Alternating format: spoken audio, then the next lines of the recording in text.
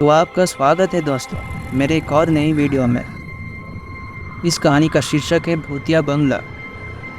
लगभग 50 साल पहले भारत के एक छोटे से कस्बे बद्रीनाथपुर में एक बंगला के बारे में एक खौफनाक कहानी फैली हुई थी। यह बंगला, जिसे राव साहब का बंगला कहा जाता था, कस्बे के बाहर एक सुनसान जगह पर मौजूद था और वर्षों से किसी ने वहां जाने की हिम्मत नहीं की थी। राव साहब, जो एक अमीर जमींदार थे, उन्होंने इस बंगले का निर्माण अपने परिवार के लिए किया था। लेकिन उनकी मौत के बाद बंगले में अजीब घटनाएं होने लगी।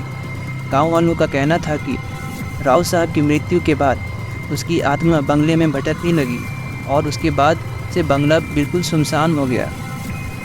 एक रात सन 1974 में एक पत्रकार अनिल ने बंगले की रहस्यमय कहानी के बारे में जानने के लिए वहां रात बिताने का फैसला किया। अनिल का मानना था कि बंगले के बारे में सच्चाई जानने से उसे बड़ी खबर मिल सकती है। जैसे ही अनिल ने बंगले के दरवाजे को खोला, उसे अंदर की ठंडी हवा और अंधेरे में कुछ अजीब सा महसूस हुआ। बंगले का आंतरिक भाग बहुत ही पुराना और खंडर हो चुका था, लेकिन अनिल ने हिम्मत जुटाई और एक कमरे में लैंप जलाया। कमरे में अचानक अजीब सी आवाज़ें आने लगी, जैसे किसी ने फुसफुसाते हुए बात की हो। अनिल ने आवाज़ की ओर ध्यान देने की कोशिश की, लेकिन उसे कुछ भी स्पष्ट रूप से सुनाई नहीं दिया। फिर अचानक कमरे की दीवारों पर एक धुंधला चित्र बनने लगा। चित्र में एक व्यक्ति की छवि थी जो राव साहब की तरह लग रही थी। उसी समय अनिल ने महसूस किया कि कमरे का तापमान तेज़ी से घट रहा है और एक सर्द हवा चल रही है। फिर एक गहरा भयानक आवाज़ कमरे में गूंज उठा, तुम मेरे शांति को क्यों छेड़ रहे हो? अनिल की धड़कनें तेज हो गई और उसने देखा कि एक धुंधली तस्वीर धीरे धीरे सामने आ रही है। तस्वीर में एक भयानक चेहरा और जलती हुई आंखें बनने लगी।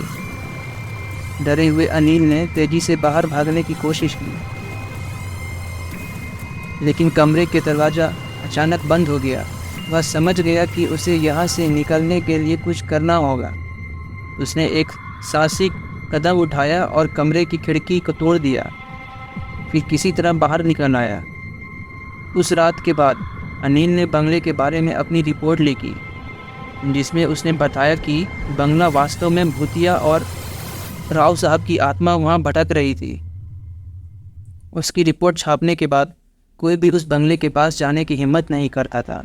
बद्रीनाथ के लोग आज भी उस पुराने बंगले को भूतिया बंगला के नाम से जानते हैं और वह रात की खौफनाक कहानी अब भी गाँव वालों के बीच एक रहस्यमय अतीत के रूप में जीवित है। तो ये स्टोरी यहीं ख़त्म होती है दोस्तों।